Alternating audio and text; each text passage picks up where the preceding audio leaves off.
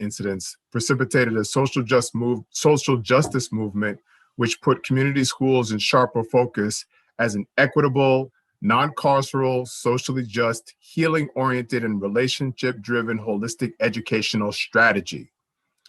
Community schools offered a lot when a lot was needed. In June of last year, this coalition, in collaboration with the Office of Community Schools, organized a community conversation that brought together DOE staff with community-based youth service providers to commiserate and grieve over the anti-Black violence running rampant in this country. The seeds planted in that convening have harvested this event today. On April 26th, Mayor de Blasio released his executive budget that announced that the Community Schools Initiative will expand from 266 schools to 406 schools citywide. Today, we seek to engage in interactive discussions among stakeholders and share resources. Every spring, community schools hold individual school-level forums as a way to share data, build community, and collaboratively plan with key community stakeholders. The school-level forums will continue to happen and will provide a critical opportunity for school stakeholders to connect with one another, to reflect on what's working and what's not, and to adapt plans to meet the community's evolving needs. Today, we will focus on how we scale this work. So I'd like to take a moment now to offer a moment of silence for all that's occurred in the past year and change. So if you'd be so kind, we're going to just take a quick moment of silence for 1 minute, starting now.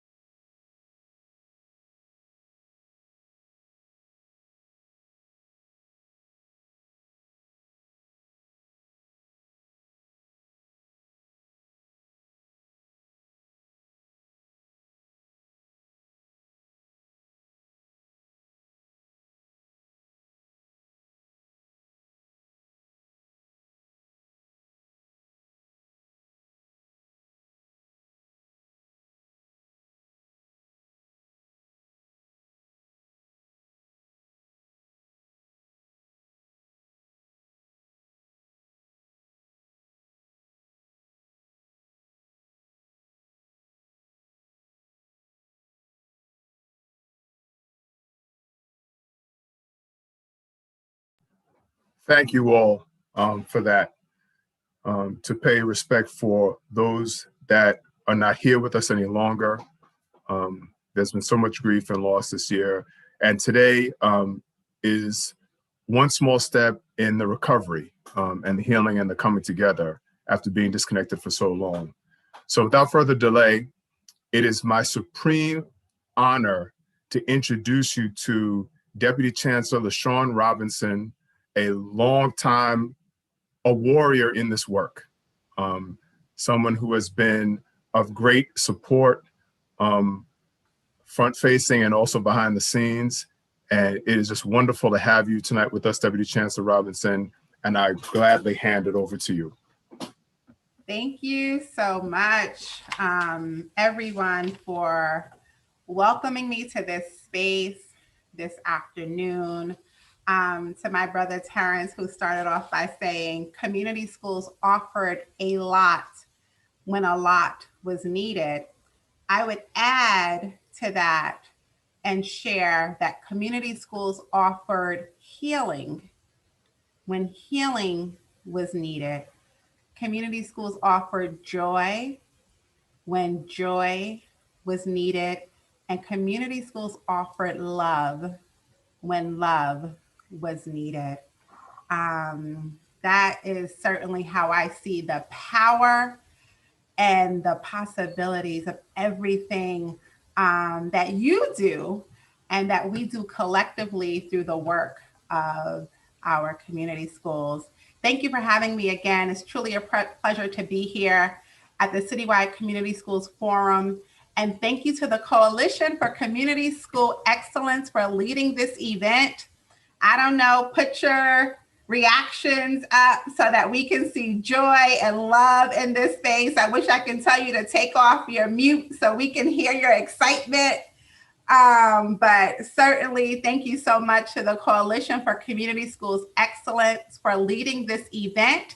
And not just this event, but really leading the next phase for what we're calling the next generation of community schools.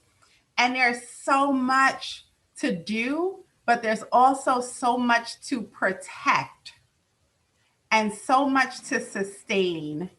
And I know that we'll be leaning on the Coalition for Community Schools for Excellence to ensure that we maintain the gains, that we sustain the gains, and that we can keep the community school work at the center of the conversation, because we know that community schools work. You got that? Keep the community schools work at the center of the conversation, because we know that community schools work. So I know there's a lot of serious work going on, and just across the nation, around the globe, here in this space. And I want you to know that I'm here to acknowledge what's happening, and I'm also here to celebrate. I'm here to celebrate with you the success that we have seen in our community schools. I'm here to celebrate the research that shows that community schools really work for our students and families, especially who I like to call our most resilient young people. Others like to say our most vulnerable, but they're certainly our most resilient young people. I'm here to celebrate what has been built here in partnership with all of you. This is a nationally recognized model. And I really want us to think about that. We did something here in New York City. We did something here in New York City. You did something here in New York City that is now a nationally recognized model of success in supporting our young people. And we have the receipts to prove that it worked. The work that has been done here and will continue to happen is an example to everyone, everywhere, this entire nation, of what is possible when we truly bring community in to take the lead and support our children. The power of the community schools, bringing the community in to show what's possible. When we do that, take that step to bring the community in to support our children. In my capacity as Deputy Chancellor for School Climate and Wellness, I'll say what I think everyone here knows, that tending to the social emotional needs of our children, tending to the whole child needs, that's critical to ensuring that our young people are able to learn and to thrive. And we saw that here over the last 15 months more than ever. So the work of the community schools is just essential to our continued growth and development as a school system, our continued growth and development, right? We're constantly evolving in this work as a school system as we continue to navigate through this pandemic, but then also in post-pandemic. I'm proud of what we've accomplished here. We have the receipts. I'm excited that as a city, we will be building on this success. Terrence shared, we're expanding the portfolio of community schools in the years ahead. And I have to tell you, the expansion should have been easier than it was, but we're here and we're proud of the fact that we will be opening new community schools in September of this year. We're proud of the fact that we're adding more than 100 in the 22-23 school year. And we're going to keep working. We're going to keep pushing until every school is a community school. We're going to keep working. We're going to keep pushing until every school is a community school. We're going to keep working and we're going to keep pushing until every school is a community school. That is our charge. That is our charge. So again, I'm excited and proud of this expansion. I like to recognize the hard work done by partners and our CBOs and by this team. Just the outstanding work that you've done. You've centered our children. You put them at the heart of the conversation. You've centered family and community at the heart of the conversation. And that's how we're going to continue to move our school system forward. So thank you and congratulations on your outstanding success.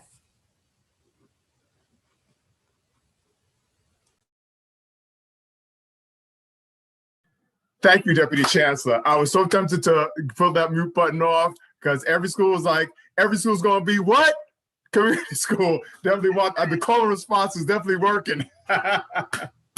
Oh, thank you so much for your leadership, Deputy Chancellor Robinson, and really just kind of being there, boots on the ground, and always providing words of comfort and support when it's most needed. So it's an honor to have you with us today. So I'd like to hand it off now to our other warrior in this work, the Interim Senior Executive Director for Community Schools, Sarah Jonas, who will share a few words about the structure and the ongoing work of community schools. Thank you, Sarah.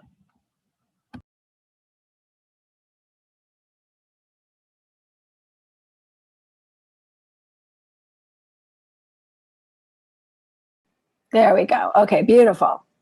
Thanks, Terrence. Thanks so much. Wow, that was amazing. I'm still feeling all the energy from that. Thank you so much, Deputy Chancellor Robinson, for being such an amazing champion of community schools and for recognizing and celebrating the power of this work to support the whole child and help New York City students learn and thrive now and forever. And thank you to Terrence and the entire co-design team from the Coalition for Community Schools Excellence and the Office of Community Schools, who worked tirelessly to organize tonight's forum.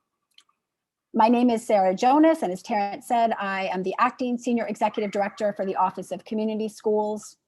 I am a lifelong educator and community schools advocate. I began my career as an elementary school teacher, and then I went to work for Children's Aid, first as a community school director. So that's how I started out in this work.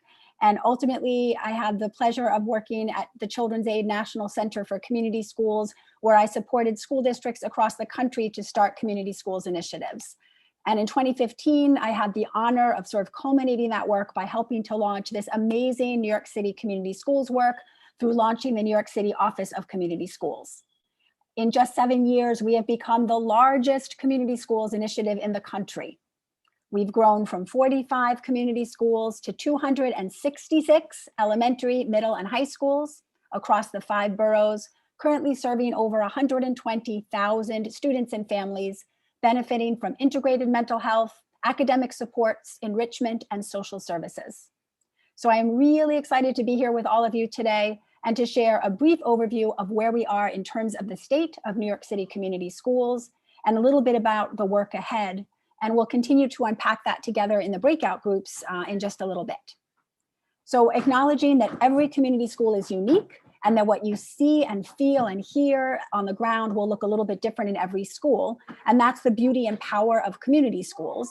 But we share a set of mindsets, beliefs, and core features that are what make New York City stand apart and lead the charge nationally in this work.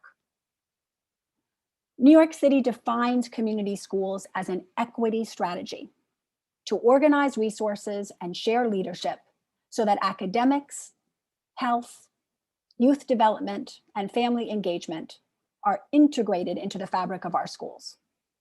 And to accomplish this, each New York City community school partners with a community-based organization that receives a multi-year contract from the Office of Community Schools to provide social and emotional counseling, additional learning opportunities, and many other supports and services for students and families.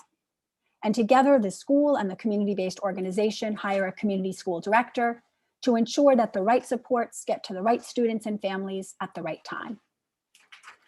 As I mentioned, this work that we all share together is grounded in 3 very important mindsets.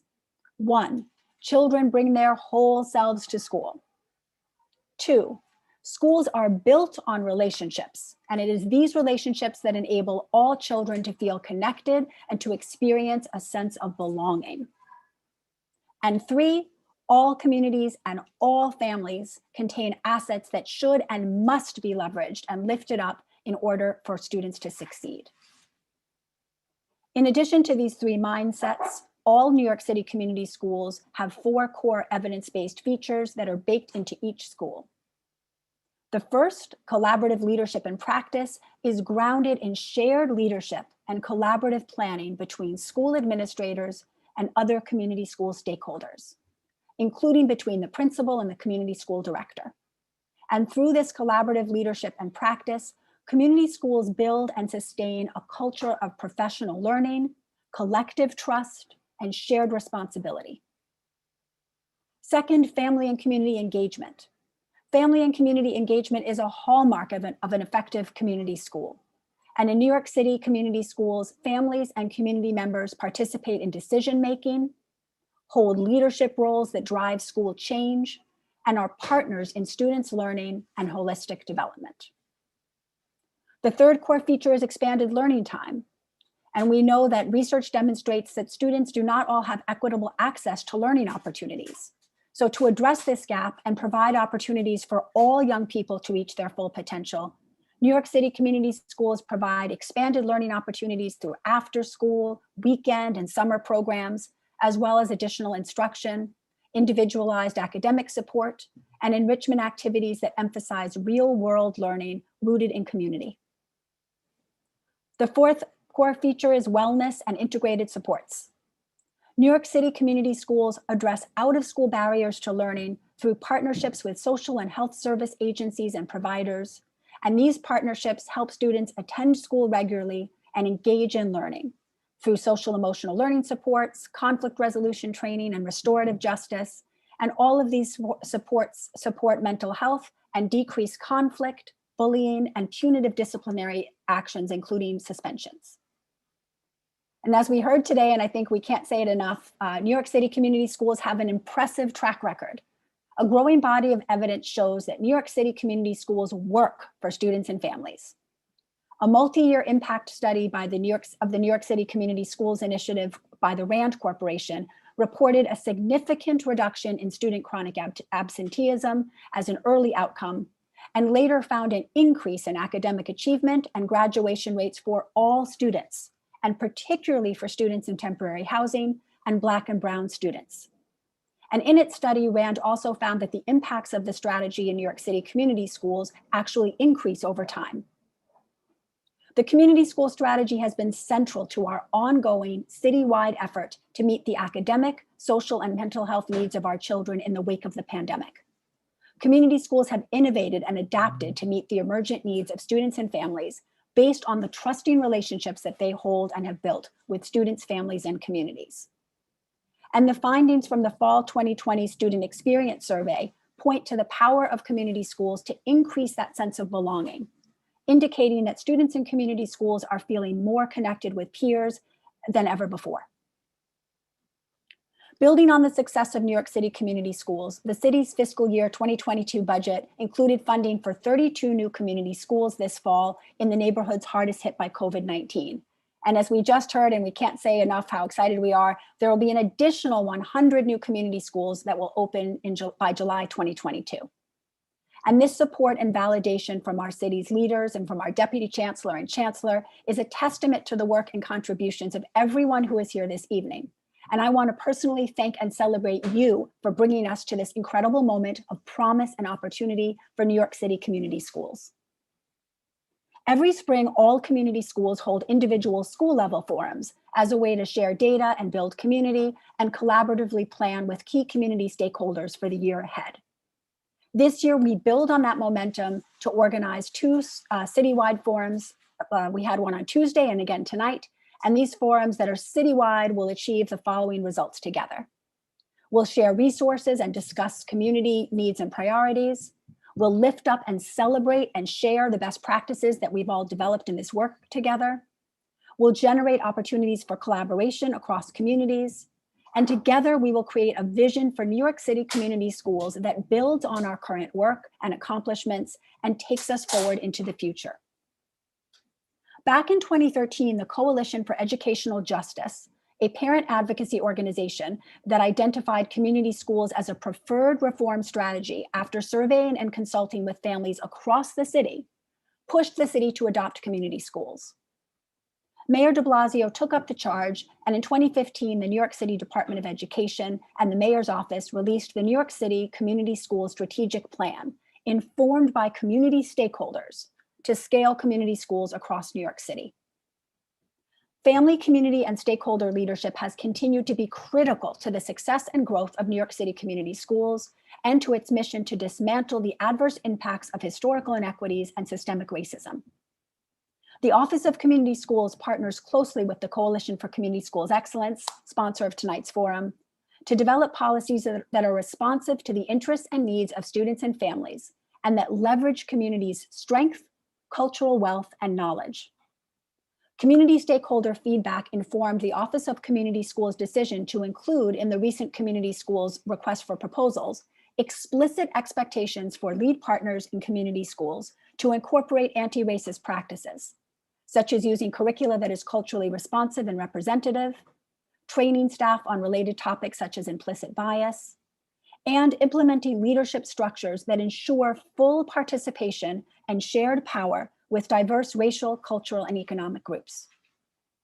Tonight, we invite you and I invite you to lend your voice and your ideas to lift up the great work we've accomplished together and to co-create a shared vision for the work of community schools in New York City. What practices should we continue to build on, and where is there more work to be done, including to ensure that New York City community schools fully live up to their promise as an equity strategy for all our children? What should we consider when choosing the next 100 new community schools? What other recommendations do you have to make this expansion and future expansions of community schools successful in our city? We should all feel proud that New York City is leading the nation on community schools. Between our city's plan to expand community schools and the Biden administration's recent proposal to expand the full-service federal community schools program from 30 million to 442 million in 2022, it is truly an exciting time for this work. And the conversation that we will have here tonight is more important than ever as we work together to build a strategic vision for New York City community schools that helps our communities heal and recover from COVID-19 and creates a more just and equitable school system in the months and years ahead. Tonight, we'll hear from young people, our resilient leaders in this work. I urge you to hold their reflections and their feedback with you throughout tonight's forum and beyond. To our Youth Advisory Council, thank you. Thank you for keeping us grounded in your reality and for sowing seeds of hope and optimism for the future in your words with us tonight and moving forward. Thank you. Thank you so much, Sarah, for your leadership and drive and passion in this work, and your investment in the people as well. I'd like to now transition to our next speaker, Lena Bilic, a policy analyst at Children's Aid, Coalition for Community School Excellence Steering Committee member, and co-chair of the Government Advocacy and Policy Committee for the Coalition for Community Schools Excellence. I was able to get that out. So Lena, over to you. Thank you, Terrence. Good evening, everyone. Thanks so much to Deputy Chancellor Robinson and Sarah Jonas. We really appreciate both of your leadership. It's been really crucial this year. So I'm just here also on behalf of the Coalition for Community Schools Excellence, or CCSE, because I know we have a long name. So as part of the largest network of community schools in the nation, like Sarah said, the CCSE was established in New York City in 2014 to advocate for sufficient and sustainable funding to the initiative, to work in partnership with DOE's Office of Community Schools to ensure fidelity to the community schools model, and to share best practices among providers. So the steering committee of the CCSE meets regularly with OCS to lift up the voices and concerns of the over 60 CBOs, parent groups, and advocates that make up the coalition. So for the past year, many of you probably know, together with the City Council, city partners, and many of you on this call are partners who played a really big role in our advocacy. We've been advocating very consistently and loudly for the restoration of critical funding to community schools across the city. And as you've just heard from Deputy Chancellor Robinson and from Sarah Jonas, to sort of recap, this year we were able to help secure restoration of the cuts to community schools that were made during the height of the pandemic. And we now are seeing, this historic expansion investment in community schools in the city, really leading in the national level.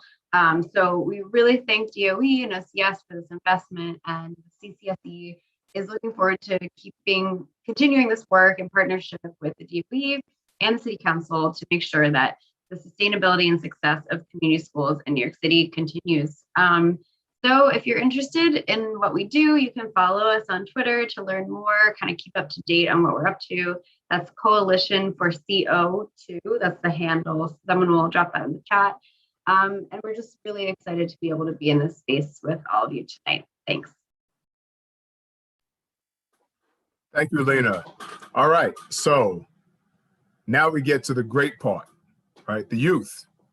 So please, get your popcorn or whatever it is you need to feel comfortable, and because the ride's about to get really exciting. So next up, we have representatives from the Office of Community Schools Youth Advisory Council. So yes, we have young people that are going to lead us this evening. And I take great pleasure in introducing you all to Jenna El-Shimi, who will start us off. Jenna, are you there? Yeah, I'm here. So thank you, Terrence, for that beautiful introduction. So good afternoon, all. My name is Jenna El-Shimi, and I'm a junior in high school, and I'm from Staten Island. And so I'm part of the OCS Youth Advisory Council. So today there are 7 other council members here with me: Ashley, Lena, Iris, Karen, Monica, Chloe, and June. And so we're all here from different parts of the city. And so today we gathered to reflect upon this past year. We understand that this year has been hard and tough on everyone. Honestly, if it wasn't for this past year, we would have not been doing this virtually, or honestly, I would have not known what Zoom even was. And now it's literally my most used application. And so before I share how this past year has been for us, I'll pass it to Karen so she can do a short activity for you all. Thank you. Thank you, Jenna. Good afternoon, everyone. I'm Karen, your jealous. I'm from Queens. Today, we're going to do a short activity. I want to hear from you all. What has impacted you and your school community over this past year? Please put your responses to that question in the chat.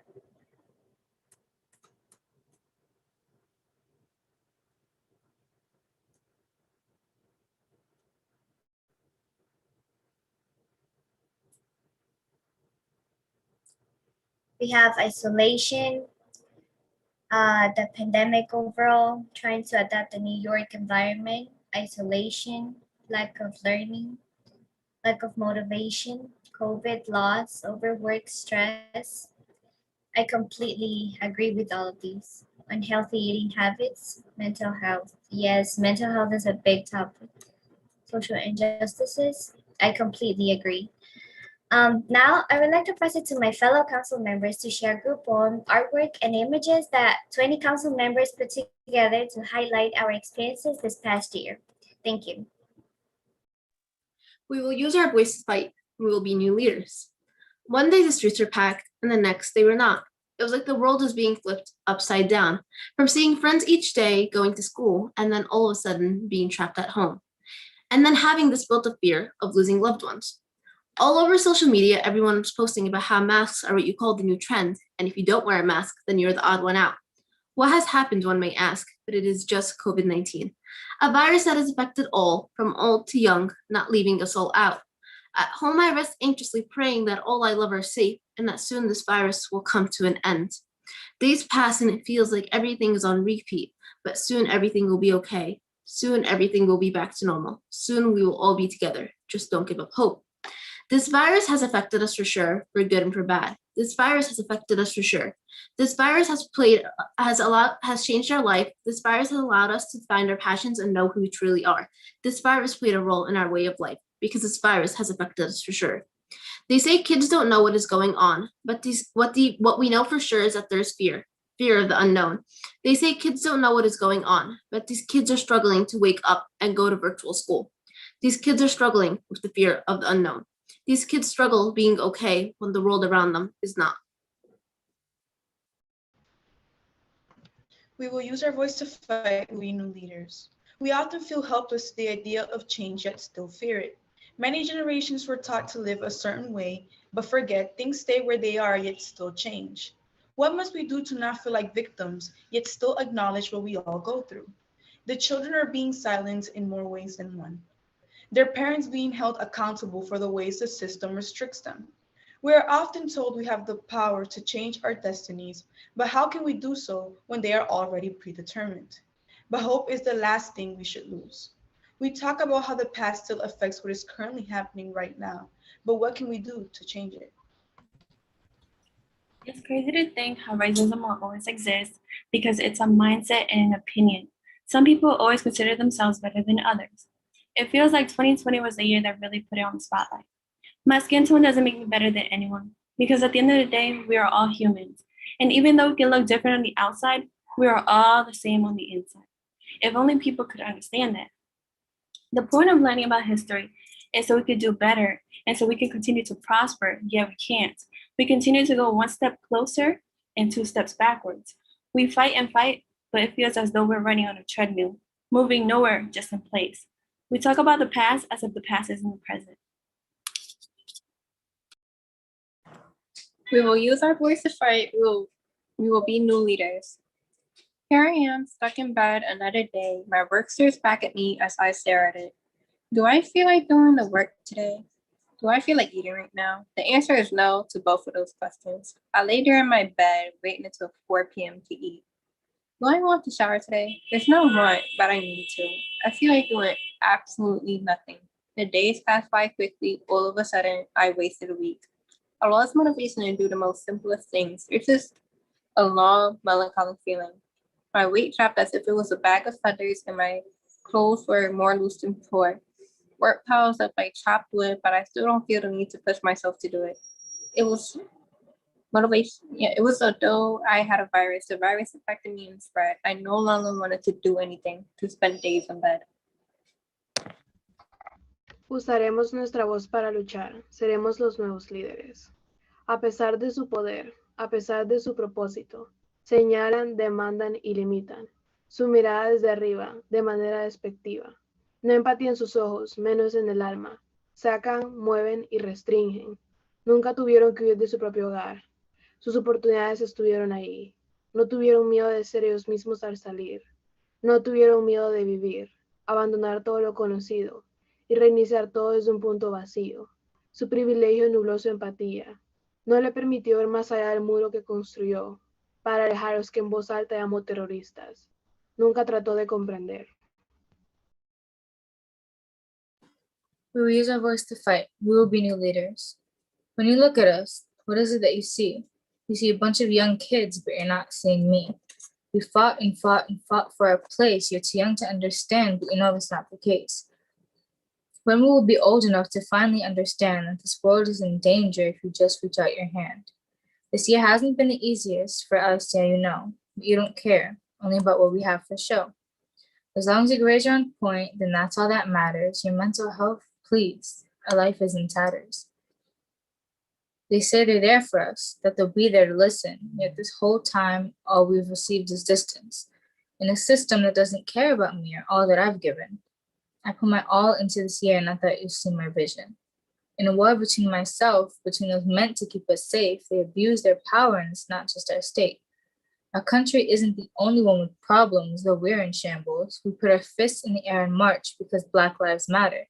It isn't just Black lives that we need to protect. Our brothers and sisters are in danger, yet our country chooses to deflect. Deflect on the issue and stand behind the oppressor. When we're not pawns in your games, we'll be the successor. I've grown from past me who knows no pandemic. Being home has brought one thing, my mind's no longer hectic. I found peace with myself and I will fight for the struggle. Don't underestimate our power. You can't keep us in a bubble. You take these words and you take them as a sign, because when we scream our voice, we will free Palestine. It's amazing to see our worlds come together under union, though half of our world is still blind to this delusion. But I can't. We can't keep screaming, but we will not remain silent, for Columbia needs us and we won't be compliant. We are Ashley, Chloe, June, Iris, Karen, Jenna, Monica, and Melina. We use our voice to fight. We will be new leaders. Just don't give up hope. Usaremos nuestra voz para luchar. Seremos los nuevos líderes. Solo no pierdas la esperanza. We will use our voice to fight. We'll be new leaders. Just don't give up hope. Wow, that was powerful. I hope that this captured your experiences as well. And I want to ask you about sorry. I hope that this captured your experiences as well. And now I want to ask you guys about some questions because I know that that was a lot. So after hearing about our emotions and our experiences during this pandemic, I want you guys to think about these questions and put your responses in the chat. One, how did you feel as you heard our poem? Did you relate to anything? And if you did, what? What art and images spoke to you? Do you think that this poem captured your experience? And what will you bring with you to the breakout sessions? Someone said, I related to all of it. Yeah, me too.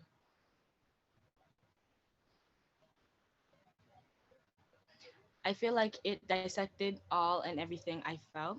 Our students need to be heard. Yeah, definitely.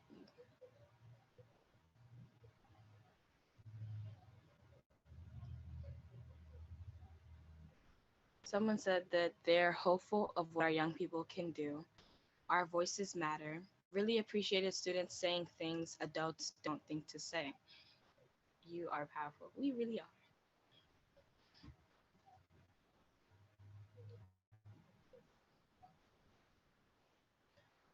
I want to focus more on what do you guys think is important to bring to the group, to the breakout sessions, especially the art. There was a lot of things going on. There was art and the poem as well. And what do you think is you're going to bring with you to the breakout session?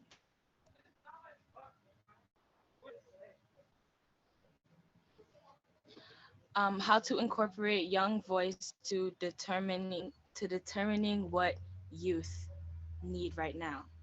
Iris said mental health.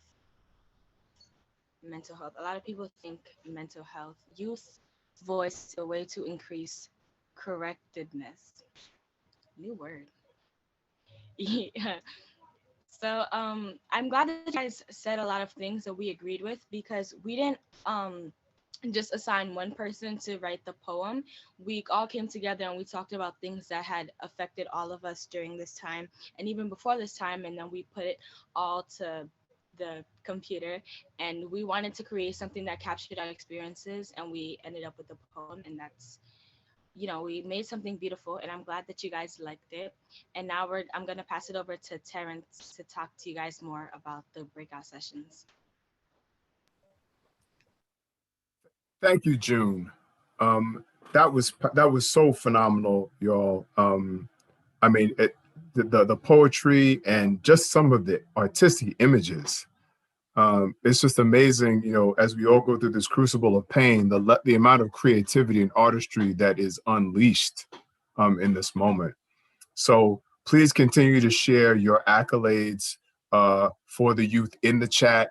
I know we can't unmute everyone and show a round of applause, but definitely the feelings of appreciation come through in the chat. And please join me in thanking them for their reflections and their leadership and their courage. And shout out to Jose Dobles, Program Manager for the Office of Community Schools, for supporting the council and allowing us to experience them. So now we're going to go into the breakout sessions. So I'm going to read the instructions very carefully before we go into the breakouts. And if you have any questions, please put them in the chat. So all Spanish language speakers, please stay in the main room. If you are a Spanish language speaker, please stay in the main room.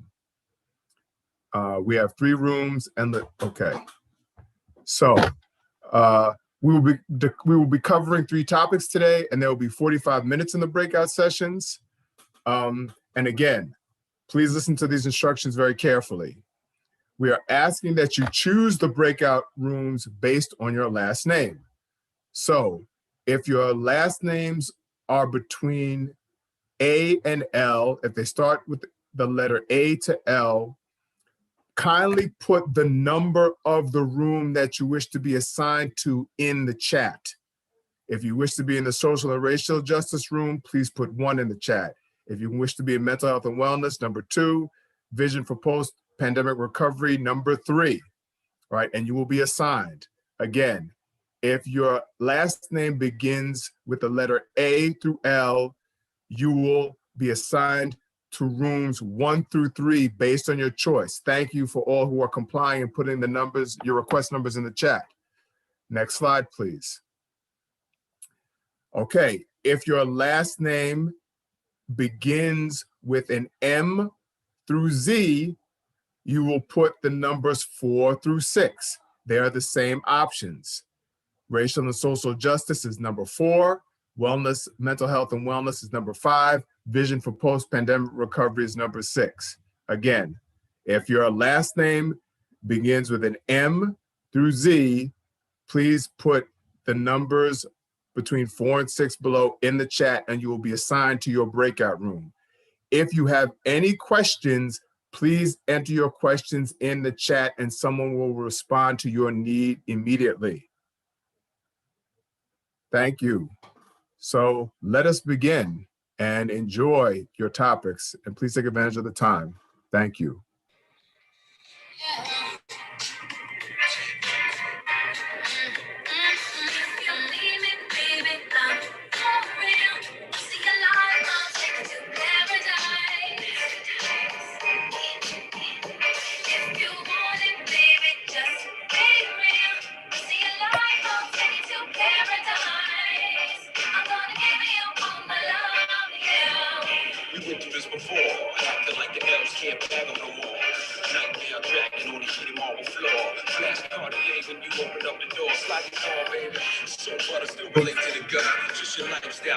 Open.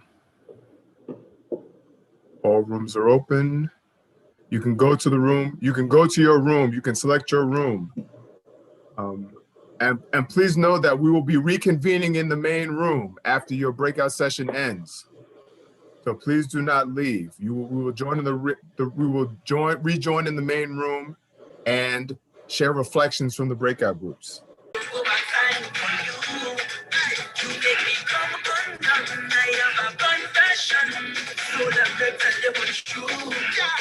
I want to hold you on the ground. I want to be talking about feeling drum. Girl, you are the baddest around, the baddest around, the baddest around. You're doing whatever I like. Now let's see you out of the sight. I'll give you the time of your life, the time of your life, the time of your life. Because you're one of a kind, yeah. Just like a diamond you shine, yeah. A diamond you shine, yeah. You give me a wine, yeah. Just the way I like it, just the way I like it. And just give me a chance to trash I I'm living already, I won't crush I Cause you're so good, you're so good, you're so good, you're so good. So one of a kind, must be my imagination.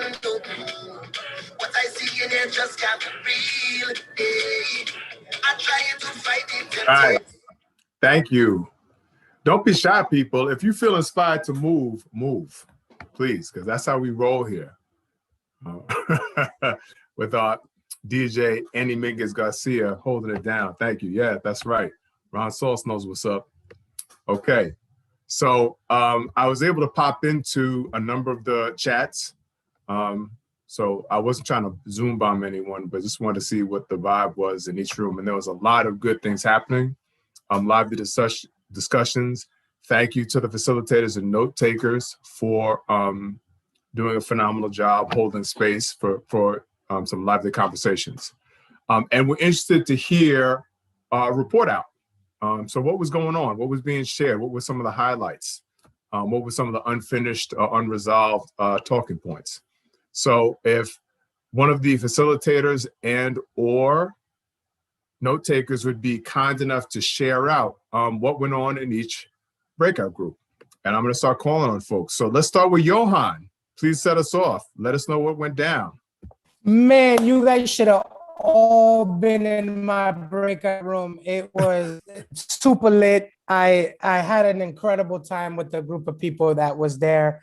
The things that were offered up are really exciting things that I truly believe in. I think that we're all going to resonate with. The first one was, let's keep things that allowed us to stay connected, right? Let's keep small classrooms. Let's build upon the concept that learning doesn't necessarily need to happen inside of the classrooms, right? Let's make sure that we're continuing to dismantle food deserts, right? There was this allowance from OCS that allowed community school director to have a food allowance monies for moments of food insecurity. And then a couple of other really cool ones that I heard. I think the most important thing that I heard, well, not the most important because there were so many important things, but the thing that I want to anchor on is that our youngest learners potentially have never been in schools before, and they need help being integrated to come in, but not just the ones that haven't been to school, but the ones that have maybe a little bit or just not enough exposure to school. They also need to be included in that integration work. And that the last one is around feedback to learning and voice voice, youth and family voice, that it should happen, that it can happen, that it's up to the culture of your school if you really wanted to make it happen, but that it needs to happen. It has to be front and center in the work, else it's not true partnership that we're diving into. So just want to say thank you so much for the opportunity to share out what our group had to offer. Terrence, back to you. Thank you, Johan. Fantastic. All right. Tracis, can we hear from you, please, and your group? Hi, everyone. We were speaking about racial and social justice in my group. We had some really great conversations. We were talking about opportunities to collaborate, have CSDs, community school directors, collaborate about what they're doing for their schools to make sure that we're able to expand that across the board. And also to make sure that we're utilizing the resources, again, kind of talking about what Johan mentioned, that kept us connected.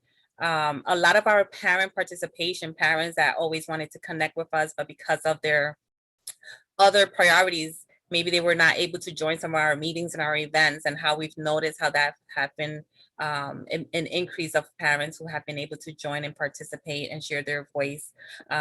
Also making sure that students and parents have an opportunity to contribute to the decisions that are being made in the school, and that we are following what they're saying, right? Not just creating the space, but really incorporating what they're sharing within the decisions that are made in the future. And as we're looking at expanding community schools, really looking at the communities that need it the most, the communities that have been most impacted.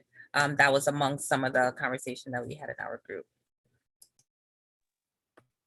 Thank you to the C's for that report out. And now let's hear from Louisa Panning-Baton, OCS Director of School Support. Louisa, are you with us? Mute. Can everyone hear me? Yes. Yes. No, I think we had a really, so we're the health and mental wellness group, and we had a robust conversation about what schools currently need, and how do we make sure that we incorporate student and family voice, into planning for next year. One key takeaway is that, to be mindful of our students who have not gone back, who have remained 100% remote, and that it will take an adjustment for them to come back to school. And how do we make sure that we're making a huge effort in ensuring that people feel really safe, that it's good to go back. I know that 40% of our students have gone back, but now we're going to be expected 100% to go back this fall. And how do we make sure that mental health, wellness, and support is incorporated in the planning in the summer, so that SEL is prioritized for our students and families, as well as our teachers who need it. So other school staff as well. And how do we leverage students as well in providing supports to each other? That's it. Wonderful. Thank you, Luisa. And now we will go to Arlene S. Rosario, OCS Thank Program you. Manager. Thank you so much for that. And I think, my group, a lot of the themes that we spoke about were already mentioned by my other colleagues, but I just want to highlight a couple of things that I think it's important for us to do. And one of the things was just like that it was really, one of the things that I really thought that it was a big takeaway was the improve on school leadership when it comes to that. We think sometimes that everybody knows tech savvy and they didn't know. And it's like, how do we continue that conversation? How do we continue to improve on that? As well as continuing the use of virtual platforms to continue to engage students. The one thing also that we spoke about was just the idea of making sure that we have the right people at the right table and the leadership is being shared. And how do we empower and continue to empower people to share in the leadership? And how do we know that we're having those, collaborative planning, or we're having budget decisions, how we're incorporating those into our conversations? We also touched a little bit on the whole idea of if they were to incorporate more community schools, what we would love to see in that. And a lot of the major themes that came out of that is actually schools that want to be community schools, and schools that are receptive to the idea, as well as the teachers, the principals, and that they also see the CSD as an important role at their community school, not just as someone that's just there to staff an after school program, but someone there is to help them and lead them through the process. Thank you, Arlene. Jessica Simonson, are you with us? Can we hear from your group? There we go. I see Jessica there.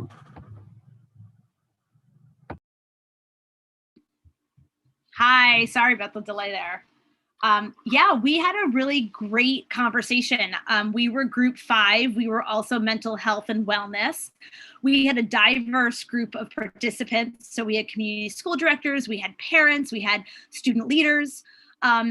We talked a lot about the idea of, yes, mental health professionals are very important in schools, but that caring adults are very important in schools. How are we ensuring that every student is coming back to a school knowing that the adults around them, whether or not they are licensed mental health experts, that they are there and they are supporting them through all of the work they're doing? We also talked about the importance of including families and providing mental health supports to families, understanding that some parents are killing it, right? They're out there, they're doing what they need to do to make sure that their kids are getting what they need. There are also some parents that are experiencing the same trauma that our students are experiencing. And so how are we ensuring that we provide mental health services to families as well as to students? It was a very interesting conversation. Everybody came at it from different perspectives. And I know I, for one, had a really great time talking to everyone. So thanks so much. Thank you, Jessica. Last, but definitely not least, mi hermana, Yelanis Cruz. Yelanis, where are you at? We want to hear from you. We want to see your face. I'm here. There she is. Thanks, Terrence. So our fearless group, it was also racial and social justice. And to add to a lot of what has been mentioned, our group also consisted of community school directors, there were OCS staff and students from the Youth Advisory Council. So it was awesome to hear from them.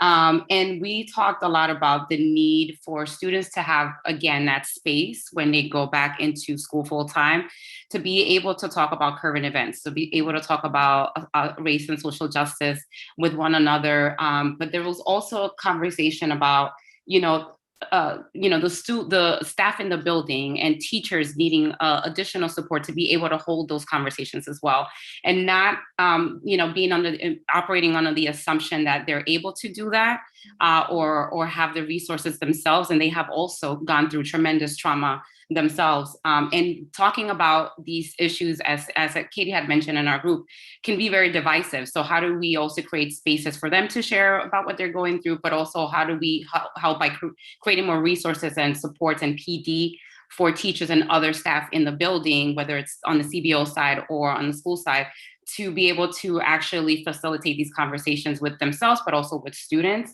And I think all the things that we talked about in terms of engaging families in that conversation is making sure that there is constant collaboration, that we're making sure that they are at the table. And we talked a little bit about what the challenges are to being able to do that with families versus students.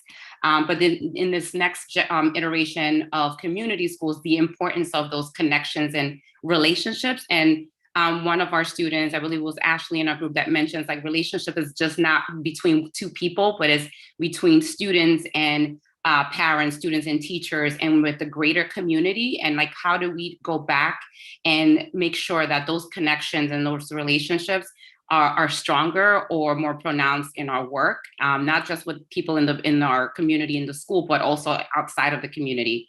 And then there was this last thought around how do we also redefine safety for students, not only in the building, but outside of the building as well, as part of this conversation. Thank you, Yelenice. And thank you to all the facilitators and note takers again for your work and for faithfully relaying the information from your groups. I want to remind everyone who is still with us that there is a survey. The feedback survey for today's forum is in the chat. So please click on the link and we strongly encourage you to fill it out. It will not take very long. We know that a lot of you are inundated with multiple surveys. However, it's important because this is something that we plan on ritualizing as a part of the community school movement or as we grow as a village. So it's important that we receive our feedback so we can sustain what's worked and we can tweak and improve upon things that need a little more attention. So I see the chat is on fire and we are coming to a close. It is 6:54. I again just want to thank some people who, without their support, none of this would have happened. So on behalf of the planning team, I'd like to thank Javier Fernandez, a partnership with children, the amazing Paul Lee from the Department of Education, who has been our tech guru, Lena Bilic of Children's Aid, Marilyn McMillan, the community school director from Fifth Neighborhood, who is from Harlem, and she made a point that I get that right. She is a Harlem native and queen, and she's here representing. Michael Rivadeneira from the YMCA, Natasha Mir from Center from Supported Schools, Annie Minguez Garcia, our fearless leader from Good Shepherd Services, Jose Dobles from the DOE, Nicholas Farrell, also from the DOE Senior Program Manager, Ron Saltz, who's on the call from Replications, Zakia Ansari from the Alliance for Quality Education, Linda Wilson from the DOE, Jose Suarez from Replications, Grace Nunez from the Department of Education, who sends her regrets she was not able to be here today, and Sarah Jonas, Acting Senior Executive Director from the Office of Community Schools. And anyone who I may not have mentioned, no disrespect, but thank you for your contributions, your creativity, and for your work. So on behalf of the Coalition for Community Schools Excellence and the New York City Department of Education, Office of Community Schools, we want to thank you all for your time and attention, enthusiasm and support and contributions. This event could not be possible without you as community members. So please stay safe. And Andy, would you please put some music on so we can close out with some celebration?